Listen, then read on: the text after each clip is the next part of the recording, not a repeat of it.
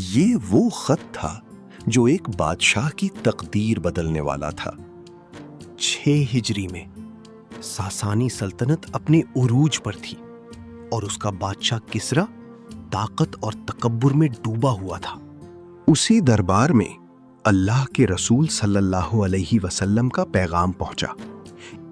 خط کی شروعات بسم اللہ سے تھی اور پیغام واضح تھا: اسلام قبول کرو اور ہمیشہ کے لیے سلامتی حاصل کرو۔ لیکن جب یہ الفاظ اس کے کانوں میں پڑے تو اس کے غرور نے اسے اندھا کر دیا۔ وہ سچ کو ماننے کے بجائے غصے میں آ گیا۔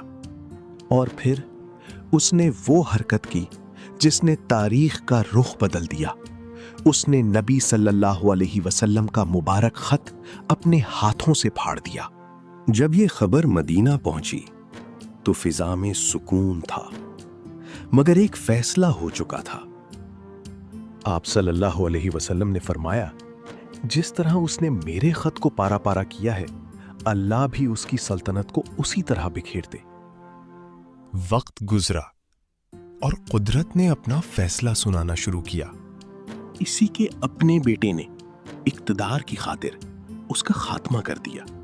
وہ سلطنت جس کی سرحدیں دور دور تک پھیلی تھیں، چند ہی سالوں میں اس طرح بکھری کہ اس کا نشان صرف تاریخ میں رہ گیا۔ یہ واقعہ ہمیں یاد دلاتا ہے کہ طاقت اور غرور ہمیشہ باقی نہیں رہتے، اور اللہ کا وعدہ ہر حال میں سچا ثابت ہوتا ہے۔